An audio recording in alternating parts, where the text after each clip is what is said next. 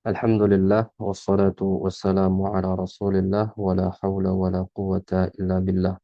Allahumma salli wa sallim wa zid wa barik ala nabiyyina Muhammadin wa ala alihi wa sahbihi ajma'in amma ba'd.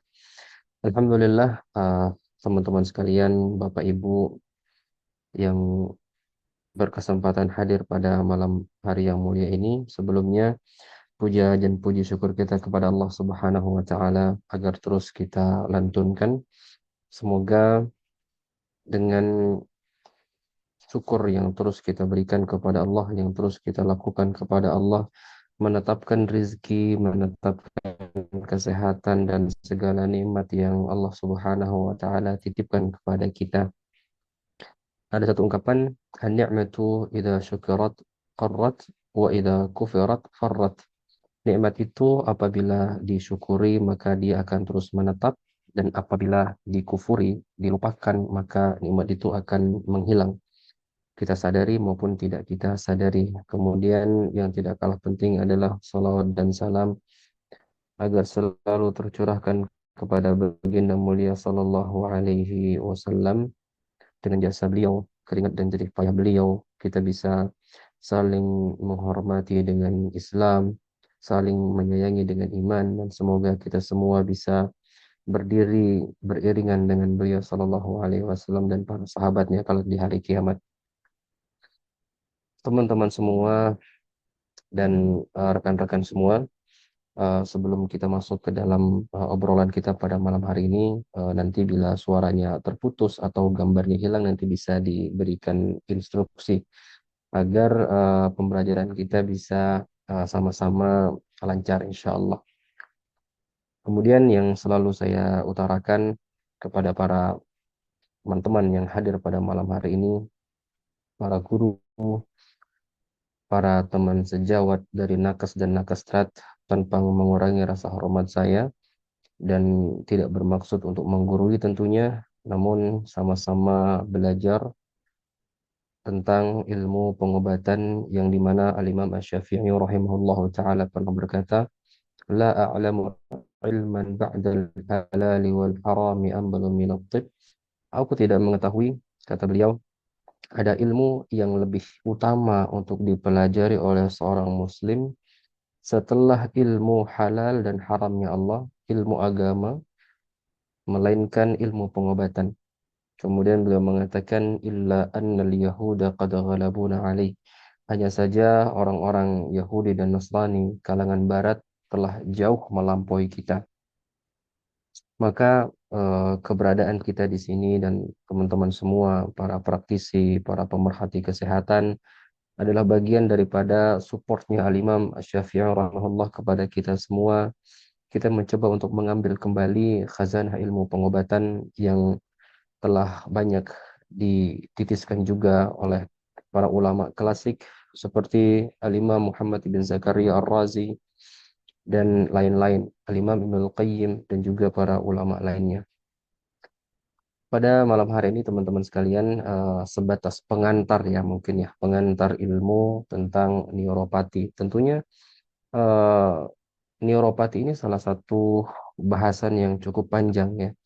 Dalam medis sendiri, neuropati nanti dibagi menjadi beberapa bagian seperti neuropati perifer, neuropati kranial, dan beberapa macam lainnya lagi. Secara umum mungkin teman-teman sudah mengetahui apa itu neuropati, ya, gangguan pada syaraf seperti itu. Kalau boleh kita berikan definisi secara umum, neuropati ini diistilahkan dengan gangguan pada syaraf tubuh dengan beberapa gejala umum seperti kram otot, kemudian rasa baal, rasa panas, dan seterusnya. Kalau kita lihat daripada penyebabnya nanti sangat beragam juga teman-teman sekalian. Dari sisi kedokteran barat bisa disebabkan karena trauma, bisa disebabkan karena masalah pada syaraf itu sendiri, entah itu syaraf yang sifatnya syaraf tepi atau syaraf-syaraf utama pada 12 persyarafan ya. Kemudian teman-teman sekalian, neuropati diabetikum ya. Awal daripada tema kita adalah neuropati diabetikum. Di layar kaca teman-teman saya buat neuropati saja. Eh, Diabetikum itu punya bahasan tersendiri juga tentunya. Kalau di dalam kedokteran Yunani, neuropati ini masuk di dalam gangguan yang disebutkan oleh Al-Imam Muhammad ibn Zakaria Ar-Razi di dalam buku beliau Al-Mansuri fi Thib dengan Dabi bin Namal, gangguan pada tubuh dengan sensasi seperti ada semut yang berjalan. Bahasa beliau Dabi bin Namal. Itu mirip dengan neuropati. Ada bahasan tersendiri juga dari beliau. Kemudian dari sisi diabetes sendiri, Ibnu Sina, Al-Imam Ibnu Qayyim menyebutkan tentang penyakit sukar, penyakit gula, sehingga neuropati diabetikum memiliki kajian yang cukup mendalam tentang beberapa hal teman-teman sekalian, tentang syaraf dari sisi medis ataupun syaraf dari sisi klasik yang dihubungkan dengan ginjal, hati, dan jantung. Jadi neuropati sendiri ini sebagai pengantar tentunya. Neuropati sendiri dihubungkan selalu nanti ke organ jantung, hati, dan ginjal. Dari sisi medis kita hanya melihat dari sisi syaraf saja yang berhubungan nanti dengan otak karena di sana ada sistem syaraf pusat yang menjadi pusat daripada efektivitas sistem syaraf tepi yang tersebar di dalam tubuh. Kemudian neuropati juga dalam konsep Yunani di, eh, difahami atau dihubungkan dengan beberapa hal lain seperti gangguan daripada mizajiyah tubuh. Di dalam tubuh ada unsur panas, ada unsur dingin, lembab, dan kering. Kalau dalam bahasanya Ibnu Sina, di dalam tubuh itu ada unsur api, air, tanah, dan udara. Dalam Al-Anjuzatu fit Tib. Di sana ada beliau tulis banyak sekali tentang konsep kesehatan tubuh. Kemudian neuropati juga ini bisa dirasakan teman-teman sekalian oleh semua usia. Mungkin kalau dulu banyak dirasakan oleh lansia ya, namun di era kita ini dan itu juga sudah dituliskan di link Halodoc, Halodoc itu kadang atau banyak juga dirasakan oleh anak-anak.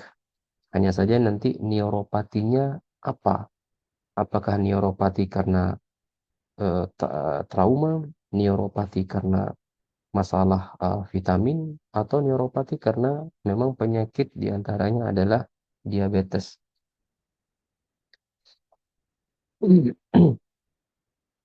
Kemudian kalau kita berbicara tentang neuropati, teman-teman sekalian, juga terkait dengan penyakit-penyakit seperti autoimun, infeksi virus seperti herpes dan lain-lain itu juga menyebabkan neuropati. Sehingga sebelum masuk ke dalam pengobatan, kebetulan ada beberapa WhatsApp yang masuk ke kami, apakah neuropati bisa diakupuntur? Pertanyaannya seperti itu. Neuropati bisa dibekam, neuropati diabetes bisa diminumkan herbal madu, herbal habatus soda, dan lain-lain. Maka perlu kiranya untuk melihat diagnosa daripada apa sifat neuropati yang muncul. Dalam konteks tradisional medicine, maka teman-teman nanti akan mengenali tentang hukum berpasangan, di mana segala sesuatu itu pasti ada pasangannya. Dan Allah juga sudah menyebutkan di dalam Al-Quran bahwa segala sesuatu Allah ciptakan zaujaini, diciptakan dengan berpasang-pasangan.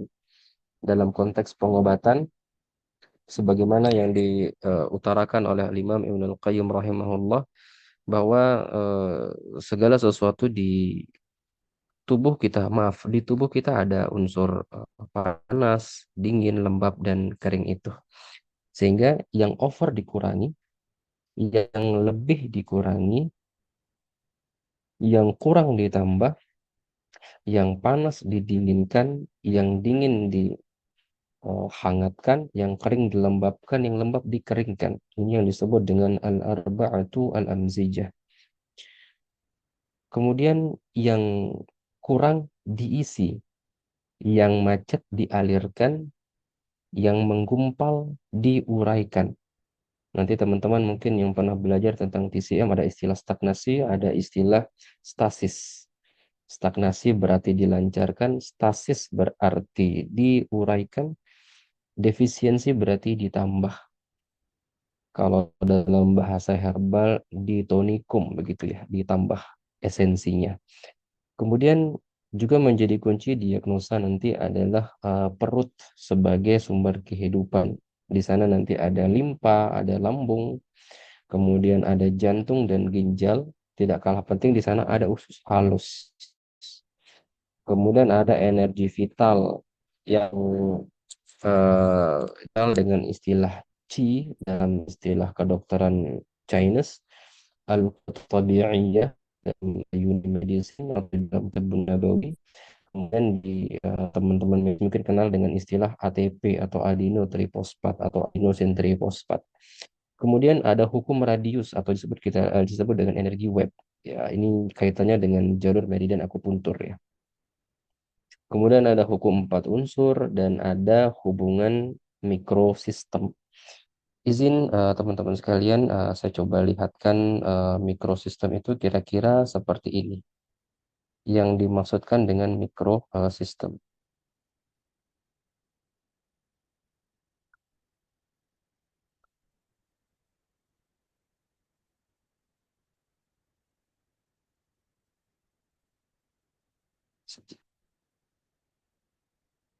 Eh, Misalnya pada konteks, maaf ini yang muncul diagnosa telapak tangan ya, tapi tidak apa-apa. Saya coba berikan salah satu gambaran saja. Ya, kira-kira seperti ini ya. Jadi di tangan kita, kita bisa melihat ada usus, kita bisa melihat ada jantung, paru-paru, dan lain-lain. Baik, saya coba bukakan dulu nih. Ya.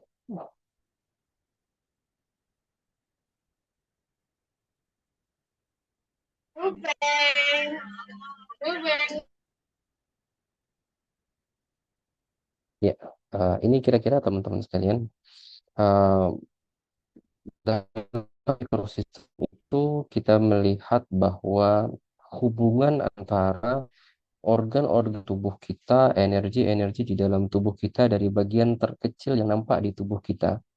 Misalnya pada telapak tangan kita bisa melihat banyak hal di sana, ada mata, ada kepala, ada rektum, reproduksi, dan lain-lain. Kemudian misalnya pada area lidah kita juga bisa melihat banyak hal di area lidah itu.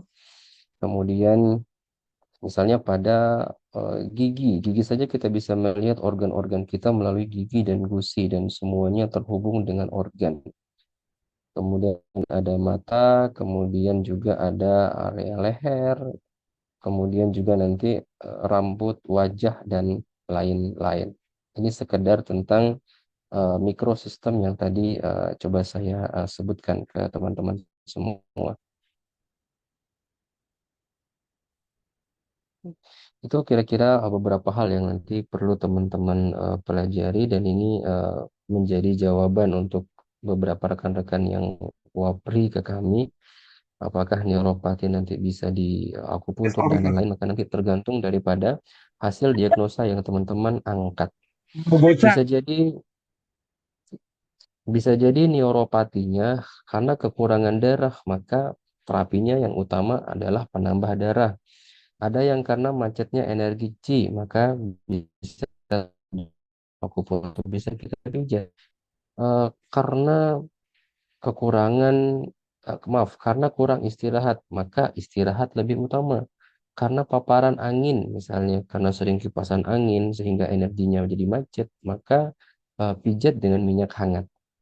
Ya, sehingga pesan daripada Huang Tinejing dan juga Al-Imam Al-Ghazali rahimahullah Penyakit itu menyesuaikan dengan apa diagnosa yang kita ambil.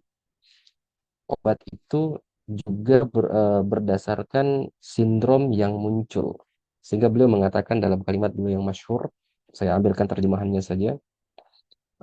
Jika seorang tabib tahu, kemudian mengobati satu penyakit, maaf, kemudian mengobati satu penyakit dengan satu pengobatan, lalu digunakan satu pengobatan itu pada banyak orang, beliau mengatakan maka yang mati lebih banyak. La mata mu'adhamuhum, maka yang sakit akan jauh lebih banyak. Dan ini juga senada dengan yang disampaikan oleh Huang Tinejing dalam buku beliau, dalam buku Kaisar Kuning. Oke. Ini saya kira tidak saya bahas lebih jauh ya. Nah, poin ada di sini juga teman-teman sekalian. Kalau kita lihat di sini ada jalur pembuluh darah. Dari pembuluh darah besar di aorta, kemudian nanti ada eh, kapiler, pembuluh darah arteri, vena. Di sini juga ada banyak syaraf-syaraf yang mengalir di setiap tubuh kita. Maaf di sini tadi ada gambar syaraf tapi nampaknya tidak tersimpan ya. Sehingga syaraf-syaraf tadi dalam konsep timur dia dinutrisi oleh darah. Ketika darah gagal sampai pada area syaraf, maka area itu kemungkinan besar akan mengalami neuropati. Ini kita belum berbicara tentang neuropati diabetikum. Ini secara umum saja. Salah satu tanda yang paling banyak terjadi pada orang-orang yang mengalami masalah pada aliran darah di titik itu, misalnya di kaki, adalah kram pada kaki atau baal di kaki, panas di kaki, termasuk nanti di ujung-ujung jari yang sering mengalami kesemutan. Ini adalah masalah awal sebelum terjadinya neuropati oleh sebab darah yang tidak bisa tersuplai ke sana. Nah, fenomena darah yang tidak tersuplai ke sana itu bisa karena darahnya kurang atau pembuluh darah yang mengalir ke sana macet atau karena ototnya kaku sehingga pembuluh darah tergencet, teman-teman sekalian. Kira-kira ada tiga sebab di sini. Kalau kurangnya darah, maka konsepnya adalah menambah darah.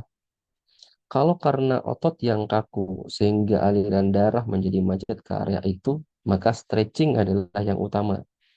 Kalau karena energi chi yang macet, maka akupressure, refleksi, akupuntur itu bisa digunakan di sana.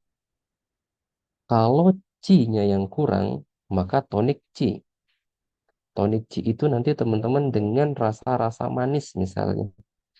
Kalau dibawa kepada konteks Tib Nabawi, saat orang tidur, energi tersimpan, tetapi pada fase pertengahan malam, chi di dalam tubuh kita digunakan untuk repairing sistem di dalam tubuh sehingga tubuh itu menjadi kekurangan energi pada pagi hari atau di awal pagi hari. Secara TCM, manis meningkatkan energi chi. Dalam konteks hadis Nabi Shallallahu Alaihi Wasallam bersabda, "Man tasabbaha bisab'i tamaratin ajwa." Siapa saja yang di pagi hari atau mengawali pagi hari mengkonsumsi 7 butir kurma ajwa. Dalam riwayat lain tidak disebutkan ajwanya. Beliau mengatakan lam yadurrahu dzalikal yaum summun wala sihr. Hari itu dia selamat daripada racun dan sihir. Ada bahasan tersendiri kenapa apa hubungannya antara kurma dengan sihir dan racun. Tetapi poin di sini adalah mengawali pagi dengan sesuatu yang sifatnya manis. Dan itu adalah manis yang sifatnya manis alami untuk menambah darah, menghangatkan tubuh, menghangatkan darah karena tonik chi yang didapat dan mengalirkan darah ke dalam seluruh tubuh.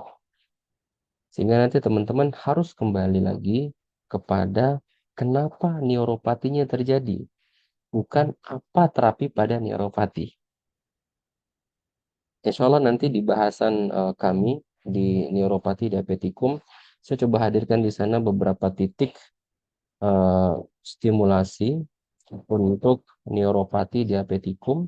Kemudian makanan-makanan apa yang dianjurkan secara tibbun nabawi dan secara evidence based medicine. Kemudian minuman-minuman apa yang disarankan dalam pengobatan atau pemberdayaan neuropati diabetikum agar lebih holistik yang didapatkan oleh kita semua tentunya.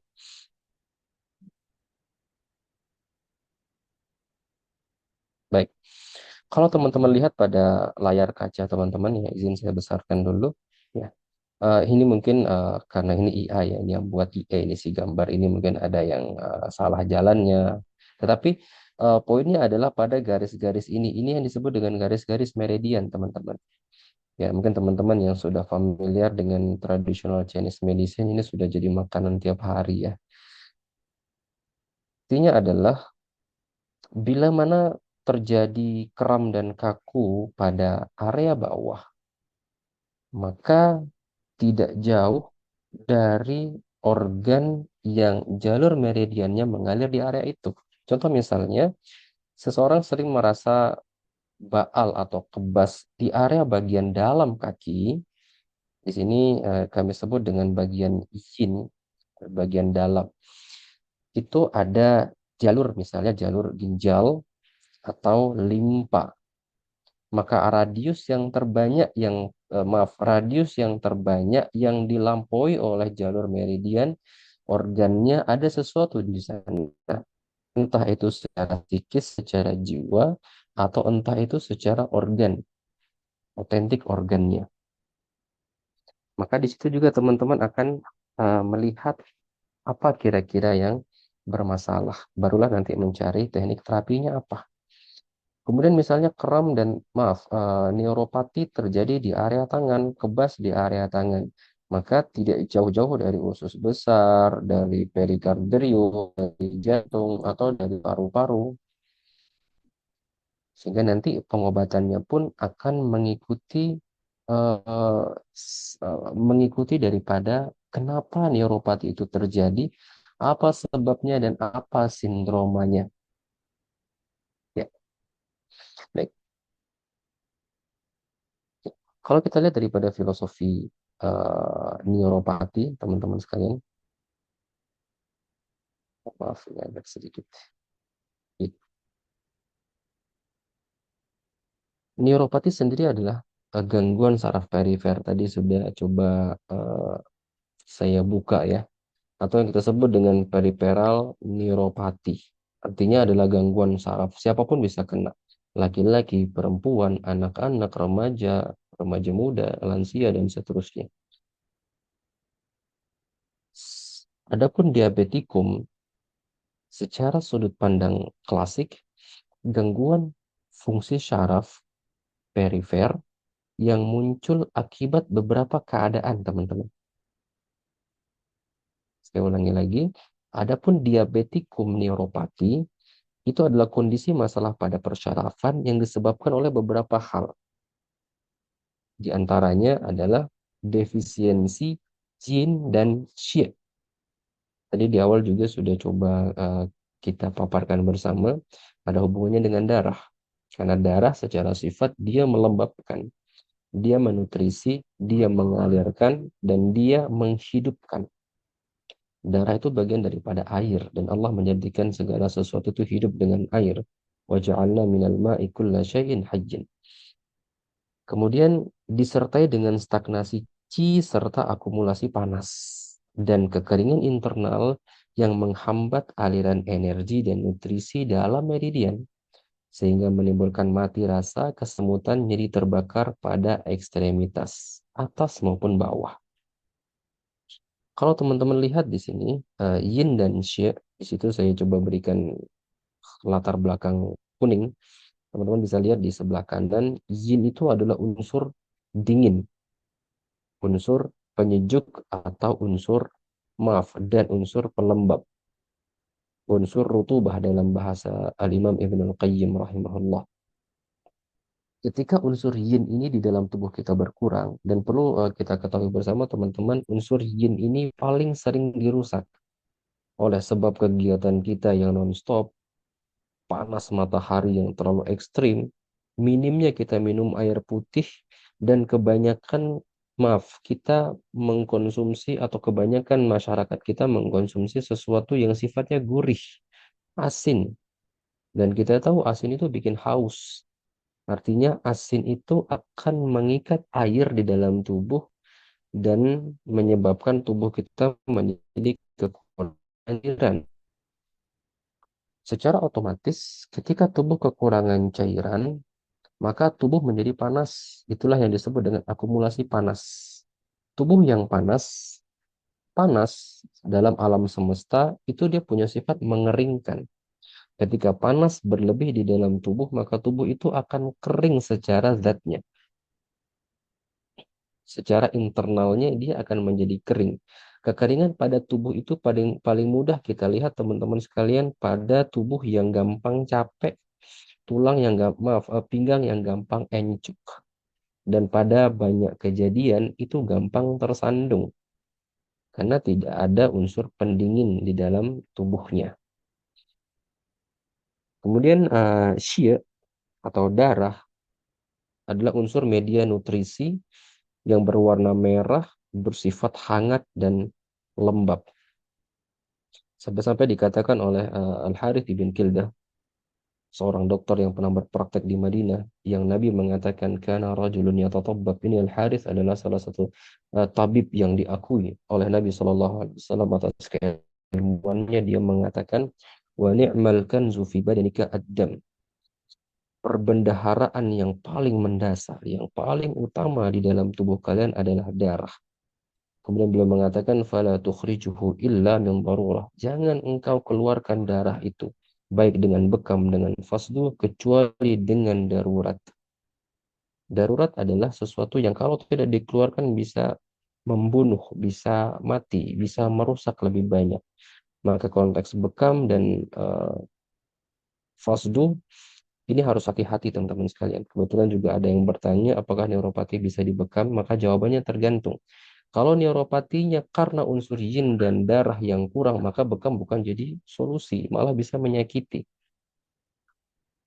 Nanti teman-teman punten ya, teman-teman yang berkecimpung di Tibun Nabawi nanti bisa kembali merujuk kepada Babul Hujamah dan Babul Fasl eh, di dalam kitab-kitab Tibun Nabawi. Nanti juga bisa merujuk pada salah satu buku Al-Hawi fi Tib milik Muhammad bin Zakaria Ar-Razi rahimahullah.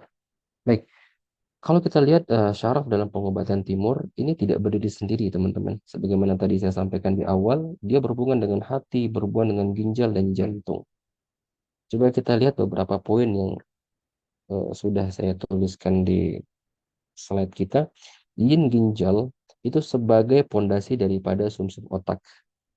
Secara medis tadi, ya, syaraf itu pusatnya ada di otak, yang kita sebut dengan syaraf syaraf pusat.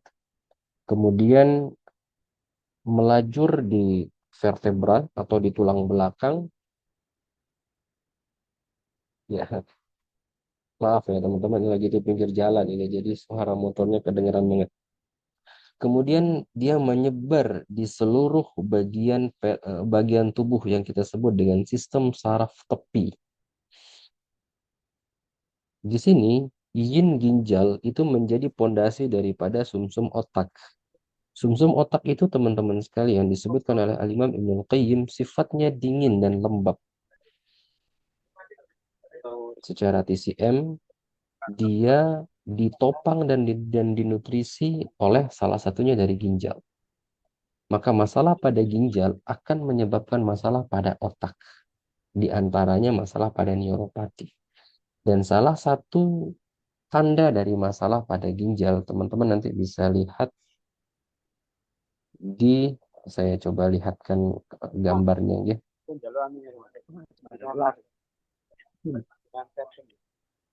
Teman-teman nanti bisa lihat di area lidah. Biasanya di area lidah bagian belakang, di sini, di area pangkal itu biasanya ada bentol-bentol.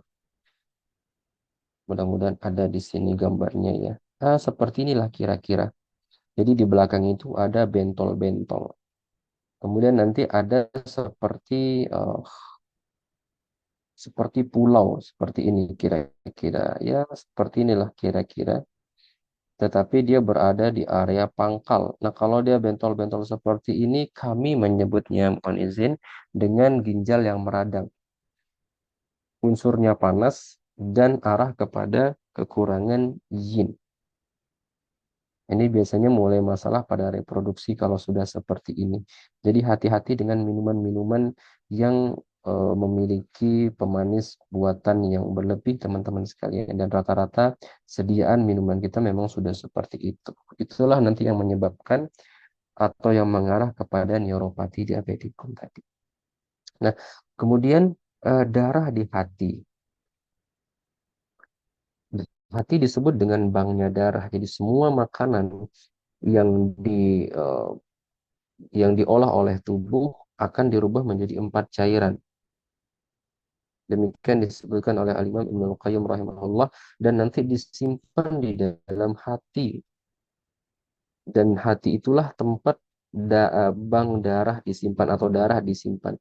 Ketika hati kekurangan darah, maka jantung kekurangan darah dan ginjal juga akan terjadi kekurangan darah. Jika di area primer kekurangan darah, maka area-area tersier yang berada di ujung-ujung tubuh pasti akan mengalami kekurangan darah. Itulah cikal bakal daripada Baal tadi.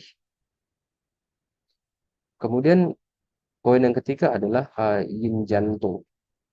Nah, di sini disebut dengan yin jantung. Dalam konsep pusing, mudah-mudahan teman-teman di sini uh, ada yang masih ingat mungkin ya, teman-teman yang sering ngobrol dengan saya tentang yin jantung. Ketika yin ginjal terisi, maka yin jantung juga akan terisi. Dalam konsep pusing, yin jantung memastikan yang ginjal stabil, yang ginjal memastikan yin jantung stabil. Jadi ada hubungan timbal balik. Oleh sebab itu dalam konsep pusing disebut ginjal dan jantung punya hubungan yang spesial. Mereka punya hubungan khusus antara kakek dan cucu begitu ya. Nah, kalau yin ginjal bermasalah, maka yin jantung juga akan bermasalah. Kenapa? Karena ketika yin ginjal kosong atau yin ginjal bermasalah, ginjal menjadi panas. Panasnya ginjal akan menguraikan yinnya jantung, sehingga jantung menjadi panas. Dalam konteks tradisional, jantung itu adalah api. Ketika ginjal gagal menenangkan yang jantung, maka jantung akan terbakar, yang biasanya muncul pada lidah yang merah membara, wajah yang memerah juga. Dan di ujung hidung biasanya juga timbul warna merah. Nah, di situ sudah apa ya kita bilang ya, sudah wanti-wanti, hati-hati jantungnya bisa kena masalah. Yin jantung ini, yin ginjal dan darah hati ini meregulasi sistem syaraf yang seimbang, sehingga kehilangan yin meningkatkan aktivitas yang dan menjadikan kekeringan internal. Kekeringan internal ini teman-teman secara syaraf menyebabkan masalah pada neuropati. Secara lebih kompleks nanti arahnya ke epilepsi. Ya, arahnya kepada epilepsi atau anyan seperti itu. Nah, kemudian di sini ada cis dan akumulasi panas atau stagnasi. Macet aliran jalur yang stuck atau macet, dan dan Ci itu adalah energi yang menghidupi bersama dengan darah. Artinya ketika Ci macet, maka darah pergerakannya menjadi lambat. Darah dipompa oleh jantung, keberhasilan darah melesat lebih jauh dari jantung itu karena adanya Qi, adanya energi. Dalam bahasanya Ibnu Sina disebut dengan al-hararah al-ghariziyah, mirip dengan al-hararah at-tabi'iyah atau al-quwwat at-tabi'iyah. Ini saya ambil dari tiga sudut pandang yang mudah-mudahan teman-teman ada gambaran yang sedikit meluas. Tentunya sekali lagi tanpa mengurangi rasa hormat saya kepada para guru, para sensei yang hadir pada malam hari ini. Dan teman-teman sejawat dari kedokteran dan keperawatan, kebidanan dan farmasi tentunya. Kemudian syaraf dalam pengobatan timur itu tidak berdiri sendiri teman-teman, sebagaimana yang tadi sudah kita sebutkan, sehingga pengobatannya menyentuh paling tidak dari tiga organ ini. Namun yang paling dasar yang perlu kita pahami adalah apakah di tubuh itu terjadi kekurangan sehingga mesti ditambah, atau terjadi kemacetan sehingga mesti dilancarkan, atau terjadi penimbunan sehingga mesti dibuyarkan agar lancar lagi. Baik, macet itu bisa disebabkan karena unsur yang sifatnya dingin, bisa dari makanan-makanan yang sifatnya dingin, atau kebiasaan kita sedentari, teman-teman. Sedentari itu kebiasaan diam, jarang berizin ya teman-teman. Nah, misalnya pada saat ini gadget sudah mengambil banyak waktu kita, kadang-kadang anak-anak kita lihat kalau sudah main HP itu diam begitu, itu bisa menyebabkan masalah pada perifer. Nah, di sini ada keyword yang coba saya susunkan. Neuropati dari sisi integrasi tradisional dan medis itu antara otak, sumsum otak, sistem saraf, qi, organ cerna, dan aktivitas daripada yin dan yang. Ini saya ambilkan dari beberapa referensi teman-teman, dari Al-Imam Ibnu Qayyim Al-Jauziyah, Huang Tinejing, dan Ibnu Sina. Baik, ya.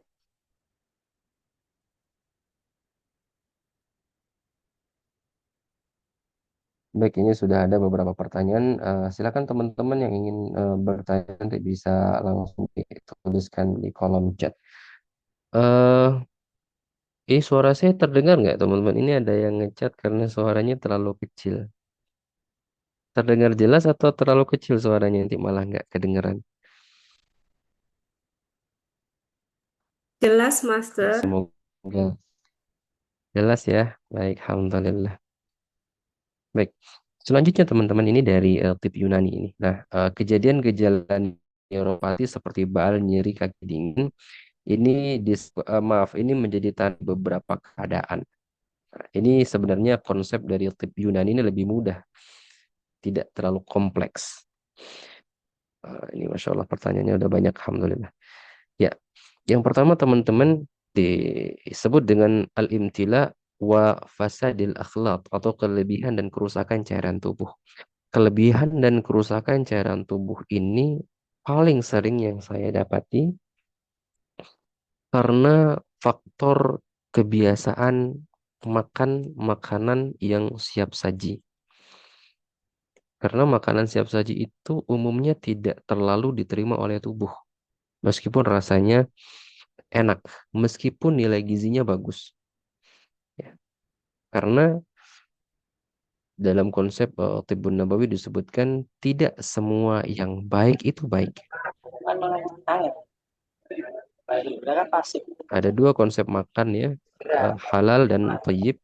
Tetapi fase thayyib baik itu tidak semua baik itu baik untuk semua orang. Kalau tidak cocok, biasanya menyebabkan kelebihan dan kerusakan cairan tubuh. Baik, ini ada yang lost suaranya ya.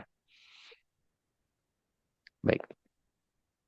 Yang mengakibatkan nutrisi tidak sempurna, ujung tubuhnya lemah dan rasa berkurang serta luka lambat sembuh. Nah, kalau teman-teman mendapati kasus atau mungkin pada diri kita masing-masing, di ujung-ujung tubuh kita itu terasa lunglai, terasa lemah, bisa jadi kita sedang memiliki masalah pada pencernaan yang cukup serius.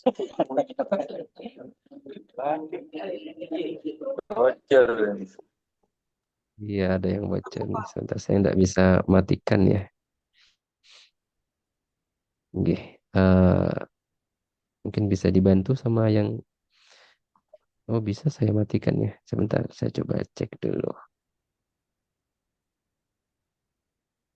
Iya. Oke, sambil jalan teman-teman nanti apabila ada yang ingin ditanyakan nanti bisa langsung dituliskan. Yang pertama adalah imtila wa fasadil akhlaq.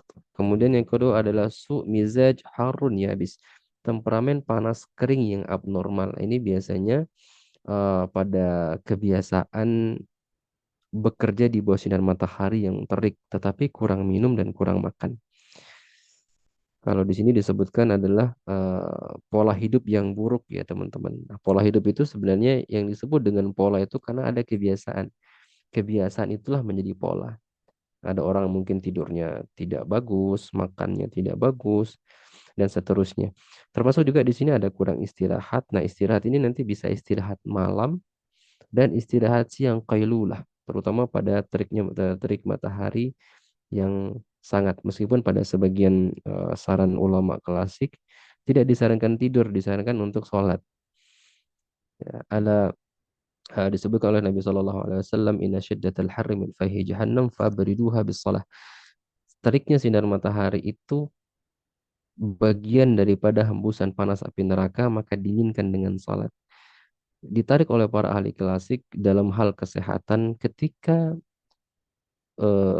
terik matahari yang sangat panas, kita diminta berwudu paling tidak, ya, atau meminum sesuatu yang sifatnya segar. Kenapa? Kalau tidak, yang kalah nanti paru-paru kita, paru-paru menjadi masalah, jantung menjadi berkobar, ginjal menjadi kering. Itulah yang menyebabkan nanti ada istilah dalam medis namanya heat stroke. Stroke karena paparan sinar matahari yang panas. Teman-teman nanti bisa cek di laman Kemenkes RI, itu juga sudah ada beberapa leaflet tentang heat stroke atau stroke karena panasnya matahari. Hmm. Kemudian yang ketiga, poin yang ketiga sebagai tambahan ada yang disebut dengan khadar atau mati rasa. Nah, ini adalah manifestasi daripada dua hal tadi. Ini agak sedikit maksud saya bahasanya tidak terlalu panjang di tip Yunani.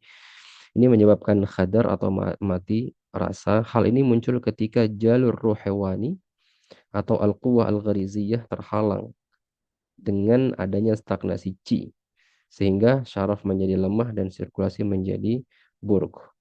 Jika makanan tidak berubah menjadi darah yang baik, maka anggota badan hidup tetapi tidak merasakan kehidupan. Hati-hati teman-teman dengan makanan-makanan yang kita konsumsi.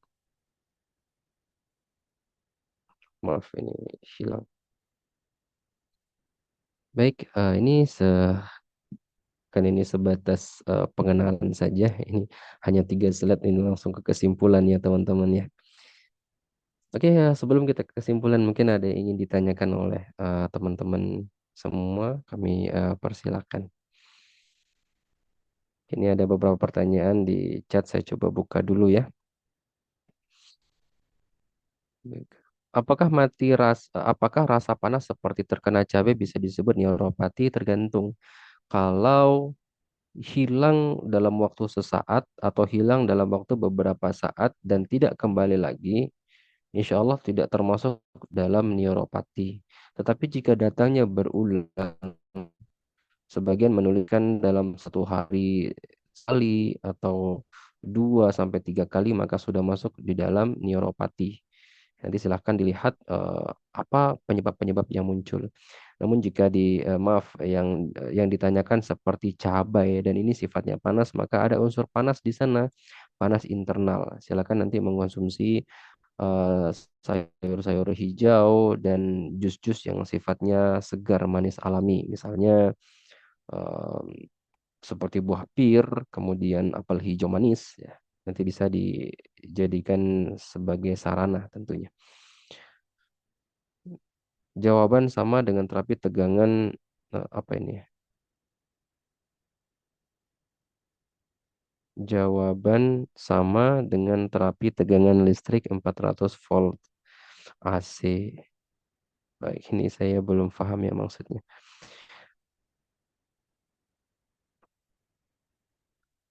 Please kok ribut banget, Masya Allah. Untuk yang mati rasa dan kelemahan, terapi yang tepat apa? karena pasien merasa susah tidur. Nah, pasien merasa susah tidur ini ada dua kemungkinan.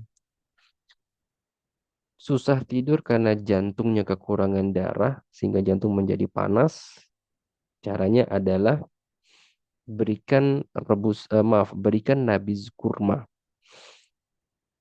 atau rebusan kurma, silakan nanti bisa dipilih, dan lakukan terapi sisir, ya. Terapi tuina pada area kepala. Ini ada susah tidur, saya curiga karena kekurangan darah atau panas pada jantung. Nanti bisa dicek lagi. Kalau panas berarti nanti di area lidah itu biasanya merah. Kalau karena faktor kekurangan darah biasanya pucat di area lidahnya. Nanti bisa dilihat di sana. Terapinya apa? Konsep tadi, kalau kurang darah maka tambah darah dulu baru terapi fisik. Atau nanti bisa tambah darah plus terapi fisik yang ringan-ringan saja.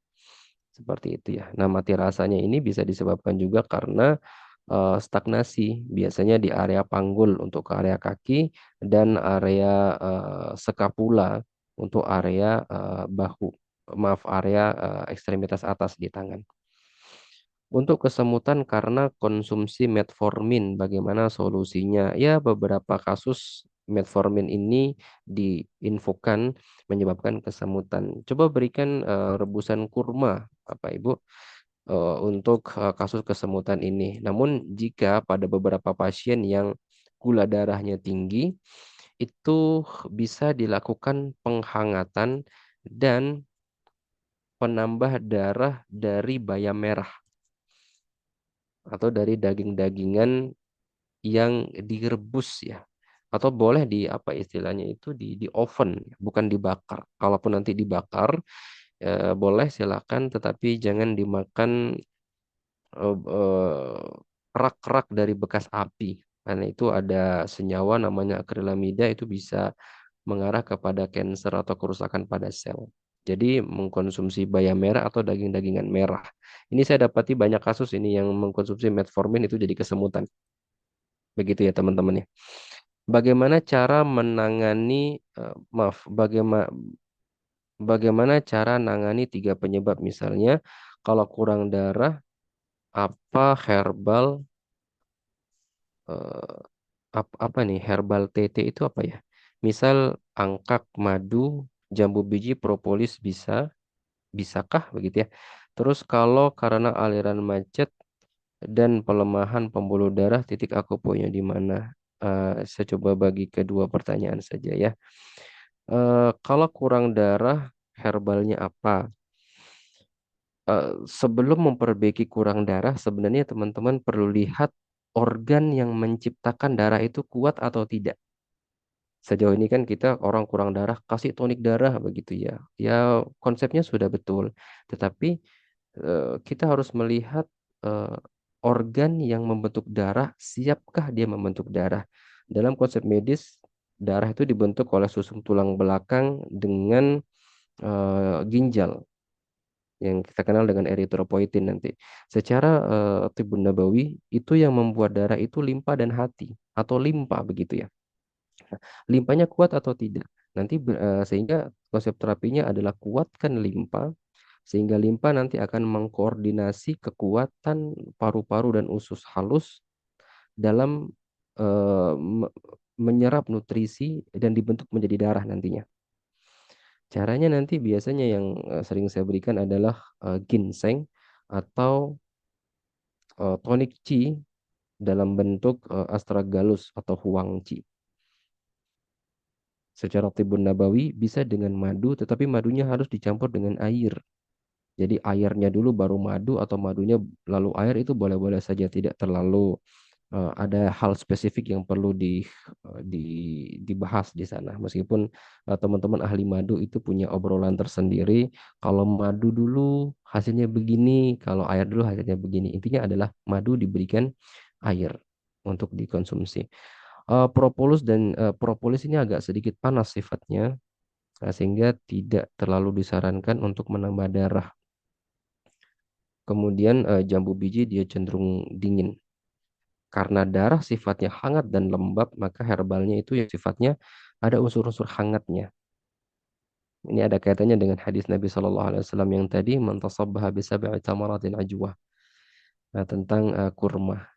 Nah, kalau aliran macet dan pelemahan pembuluh darah. Nah, kalau pelemahan pembuluh darah ini yang bertanggung jawab adalah hati dan limpa. Hati disedasi, limpa ditonifikasi. Nanti cara pijat ini akupresur ya. Kebetulan saya ada penelitian teman-teman tentang akupresur dan anxiety di salah satu komunitas kami di sini. eh, Titik akupoinnya nanti ambil di kansu atau di organ hati di punggung itu ditekan kencang, tetapi semua jalur limpa ditekannya pelan. Ya, semua jalur limpa nanti ditekan pelan. Mudah-mudahan ada gambaran dengan jawaban ini nanti bisa ditanyakan kembali nggak apa-apa. Baik, masih ada pertanyaan lagi teman-teman? Baik, ini kesimpulannya kira-kira neuropati diabetikum adalah gangguan kesehatan karena keterlambatan. Nah, ini catatan nih teman-teman. Karena keterlambatan.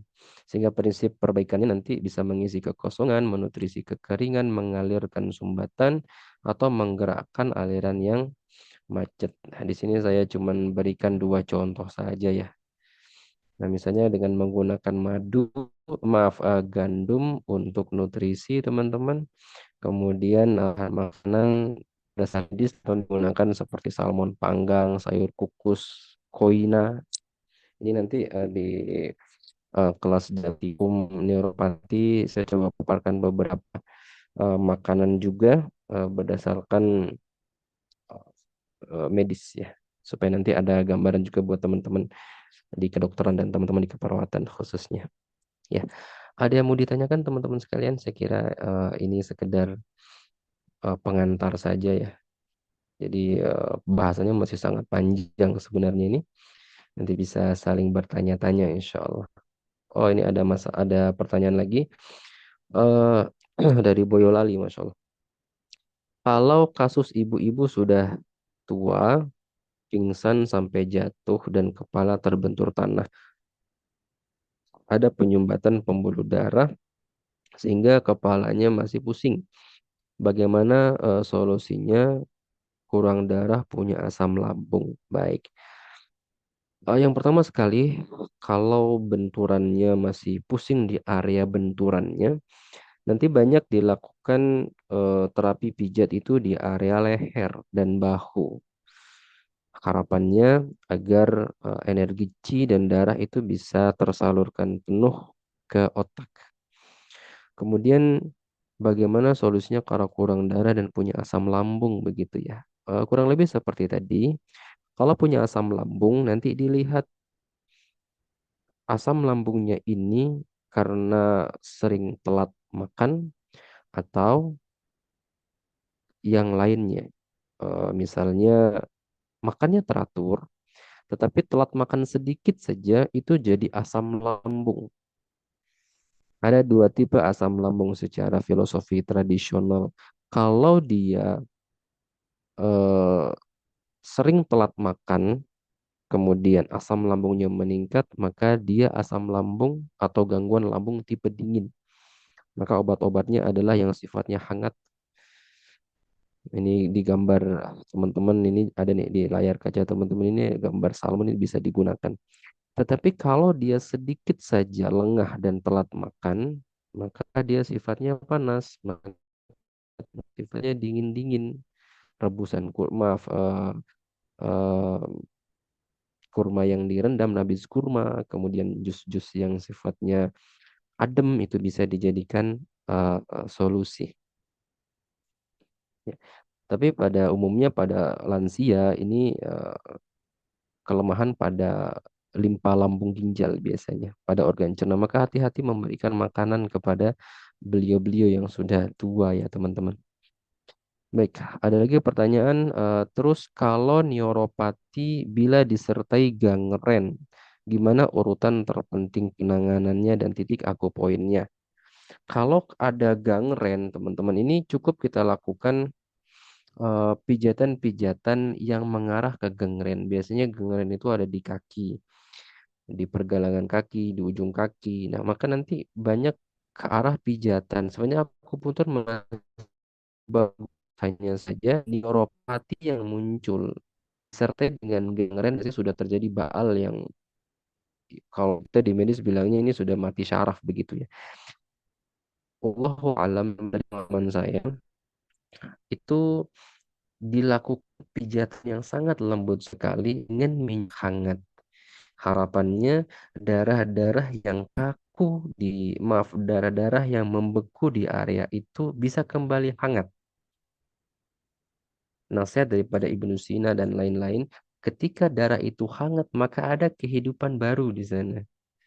Kalau darahnya macet, maaf, kalau darah itu dingin, dia akan menjadi macet dan kematian akan datang. Ini bahasa mereka seperti itulah kira-kira. Jadi dihangatkan saja di area paha, misalnya kalau memang gangrennya itu ada di kaki. Nah, kemudian bisa nanti dilakukan terapi-terapi pada bokong juga, misalnya dengan terapi pijatan atau terapi akupuntur juga masih bisa masuk insya Allah. Ya. Bagaimana membedakan gangguan neuropati dengan kesemutan dan baal karena syaraf kejepit? Baik.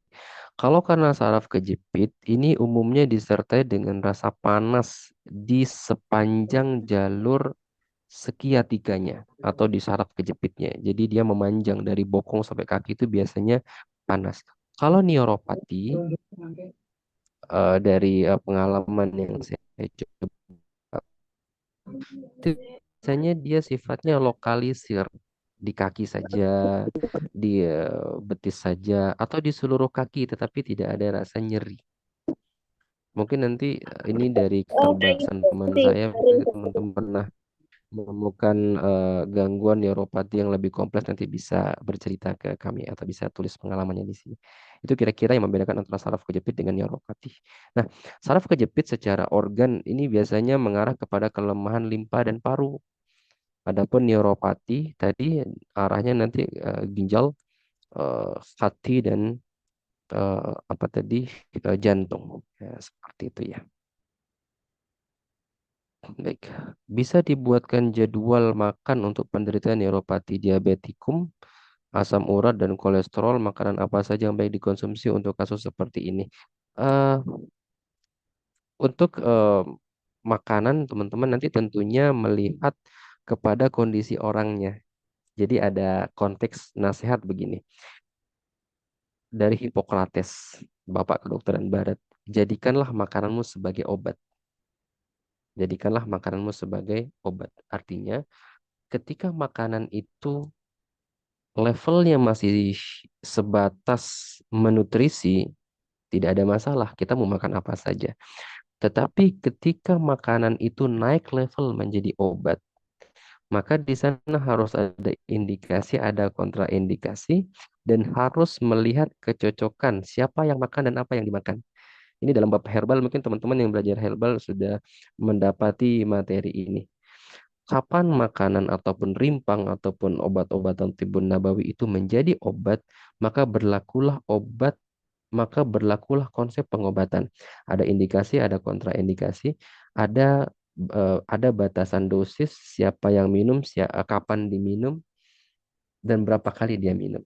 Jadi mohon izin saya belum dapat memberikan jadwal makanan yang cocok untuk neuropati diabetikum, asam urat dan kolesterol. Eh, saya coba berikan sedikit gambaran saja.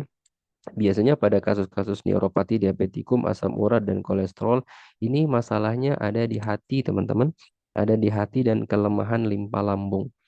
Dan secara konsep tradisional organ ini tidak menyukai kelembaban yang lengket. Kelembaban yang lengket secara tekstur, secara sifat lembab dan panas. Lembab dan panas itu misalnya pada santan. Yang semakin dipanaskan dia semakin mengental dan enak itu tidak cocok untuk orang-orang neuropati diabetikum, asam urat dan kolesterol. Termasuk keluhan di situ adalah madu. Nah, hati-hati teman-teman. Kebetulan baru dapat konsulan juga yang harus saya stop asam urat minum madu. Tidak cocok. Kenapa? Lengket. Asam urat itu kan lengket. Kemudian dia berkerah, berbuih seperti itu. Maka yang makanan-makanan yang bersifatnya sama dengan itu juga harus hati-hati. Kolesterol juga sama. Nanti saya pernah punya kajian tentang kolesterol. Kolesterol itu nanti hubungannya dengan hati dan empedu karena kelemahan limpa dan paru-paru. Jadi hati-hati dengan makanan-makanan dan minum-minuman yang lengket dan berpengembang atau yang memiliki pengawet. Karena ini resiko ke pankreas dan empedu biasanya. Kemudian ada gambarannya. Izin bertanya, oh ini panjang nih pertanyaannya. Perempuan dengan keluhan nyeri bagian samping tubuh dari pinggang bagian kanan sampai ke kaki.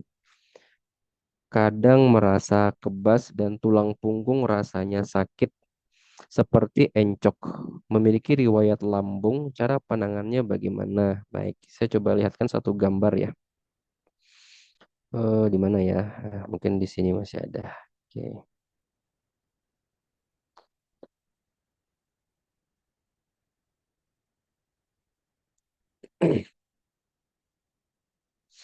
Ya, nanti coba bisa dilihat dengan gambar ini. Nggak apa, nanti saya coba kirimkan foto gambar ini untuk yang bertanya nanti bisa wapri aja. Eh, Pinggul kanan sampai ke area kaki. Ya, kemungkinan nanti ada di sini ya. Entah itu kaki bagian luar atau bagian dalam. Kalau bagian dalam nanti coba lakukan peregangan yang meregangkan seluruh otot bagian belakang ini. Ini area warna kuning. Tetapi jika nyeri atau gangguan kakinya itu ada di sebelah pinggir ke depan, ini bagian kuning, nanti relaksasinya, pijatnya atau yang kalau mau pakai pijat mungkin pijat atau mau pakai relaksasi yang difokuskan itu otot-otot bagian dada dan perut. Nanti bisa dilihat di YouTube cara relaksasi atau stretching untuk area depan seperti ini. Ya. Kemudian satu lagi, karena tadi pinggul bengkak, akan nanti fokus diperbaiki area bahu sebelah kiri. Biasanya saya nanti ambil titik akupunktur di sini satu, dua, tiga, atau di uyul-uyul bisa dibekam seluncur, bisa dipijat boleh. Intinya adalah agar di sini bisa regang, bisa enjoy lagi ototnya. Otot yang enjoy di sini meregangkan otot area pinggul yang juga nanti efeknya ke area belakang, ke sisi belakang, baik sisi kiri maupun sisi kanan. Ya, ini masih ada beberapa pertanyaan. Ini Mbak Ulan kita sampai jam berapa ya Mbak Ulan nih? Saya khawatir mau ngambil waktu teman-teman terlalu banyak ini. Maksim, mungkin untuk materinya stop dulu ya, Master ya. Sesi tanya jawab dulu. Ya, ya Atau boleh mungkin mau boleh. Ini menjawab pertanyaan yang ada di chat dulu. Silahkan. ya ini saya jawab yang di chat dulu ya. Nggih. Eh, ada lagi nih pertanyaan teman-teman. Kalau neuropati dengan udema perlu herbal diuretik juga? Ya, kalau ada udema ini biasanya kita berikan diuretik boleh, nggak apa-apa. Diberikan diuretik tidak apa-apa. Aku poinnya nanti, kalau di kakinya sudah udemanya besar yang tidak bisa mengenai titik aku poin, berarti kita mengambil nanti di area tangan saja. Mungkin teman-teman yang pernah belajar Mister Tung nanti bisa ngambil di area tangan atau pakai konsepnya apa namanya itu dari Korea itu sujok itu juga bisa nanti ambil di area tangan untuk mewakili area kaki. Kita pakainya mikrosistem. Boleh silahkan. Maaf tadi yang dimaksud dengan terapi sisir di kepala apakah bisa menggunakan sisir yang biasa digunakan atau menggunakan alat tuina. Kalau saya pribadi ya Kak, yang penting dia tumpul itu sudah bisa kita gunakan untuk korek-korek kepala begitu ya. Kasus asam lambung tadi sempat juga dirawat di RS karena sempat muntah darah dan BAB darah luka lambung. Apa sama cara penanganannya seperti tadi? Muntah darah dan BAB berdarah. Ini sebenarnya BAB berdarah ini ada dua gambaran ya. BAB berdarahnya itu banyak atau netes-netes itu sudah berbeda. Tapi secara umum iya bisa digunakan teknik yang tadi, di livernya ditekan pelan, dilimpa ditekan, maaf, di liver ditekan kuat, dilimpa ditekan pelan. Nanti ini bisa mengkonsumsi herba-herba yang sifatnya menguatkan limpa, menenangkan liver. Biasanya dari makanan-makanan yang berwarna hijau seperti itu. Apakah kasus kram pada penderita diabetes sering kambuh pada jam-jam tertentu, sering kambuh di malam hari sekitar 23? Sebagian orang demikian. Nah, ini nanti karena dihubungkan dengan jam, sebenarnya ada bahan tersendiri juga teman-teman. Kekambuhan penyakit pada jam-jam tertentu itu nanti berkaitan dengan organ tertentu. Misalnya di jam 23 malam itu kaitannya dengan empedu. Jadi orang diabetes kan pankreas, berarti ada masalah pada pankreas dan empedu seperti itu. Nanti tinggal dicari apa nih masalahnya di organ itu seperti itu. Ada, jadi ada hubungannya dengan organ. Gula darah 190. Rasa panas pada jari-jari kaki berulang pakai herbal apa? Eh, ini agak sulit ini kalau langsung pakai herbal apa. Rasa panas pada jari-jari kaki nanti bisa coba kirimkan foto lidahnya dulu mungkin ya. Jadi saya kemarin dapat kasus teman-teman sama nih 190 juga. Tapi maaf, malamnya itu sekitar 200, paginya 190, belum makan. Setelah makan meningkat jadi 200. Setelah itu beliau terapi refleksi dan akupressur itu turun. Saya belum tanya lagi turunnya berapa. Nah, itu saya simpulkan karena faktor stres. Jadi faktor stres secara tradisional itu bisa meningkatkan kadar gula darah berdasarkan konsep yang kita sebut dengan konsep organ berpasangan.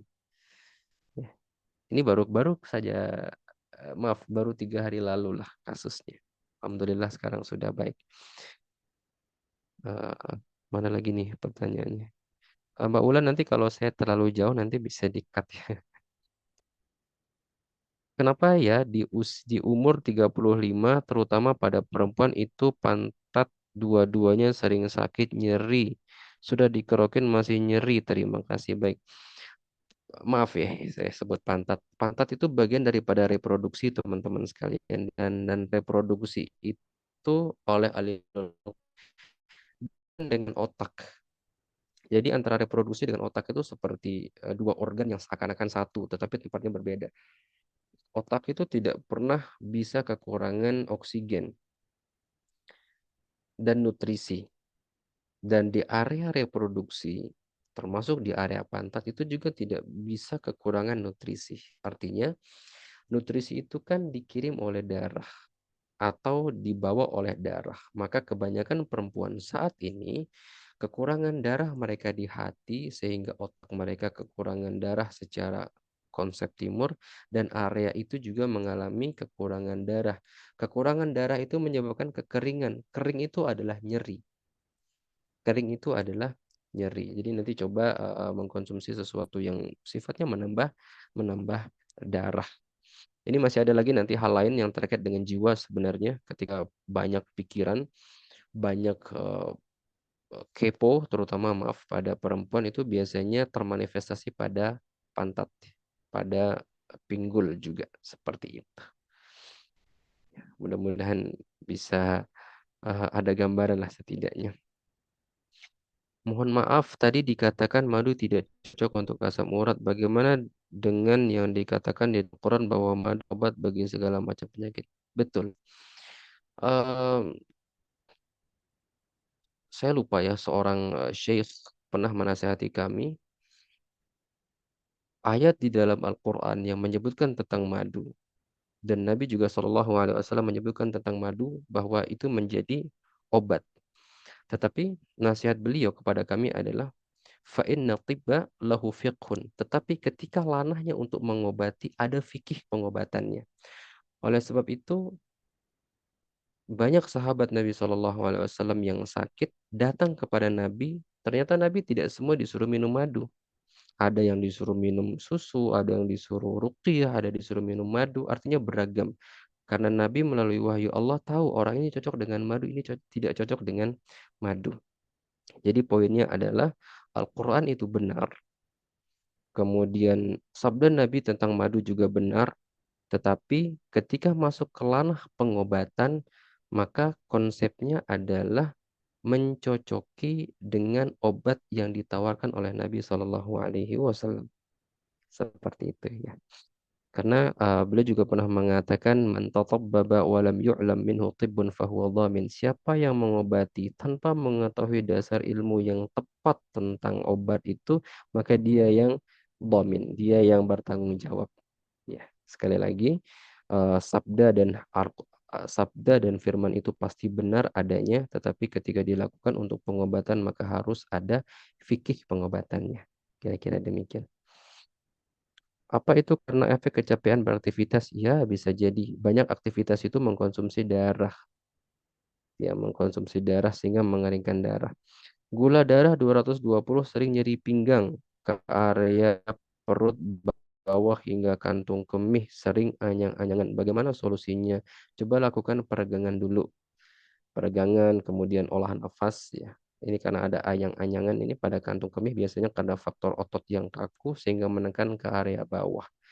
Dan nanti bisa dilakukan terapi sisir dan bekam di area al-kahil, al-katifain dan eh, cukup di al-kahil dan al-katifain saja. Benjolan sebelah kanan ini jadi kemana-mana ini benjolan-benjolan juga ini. Coba yang saya ambil yang sesuai dengan materi kita dulu ya.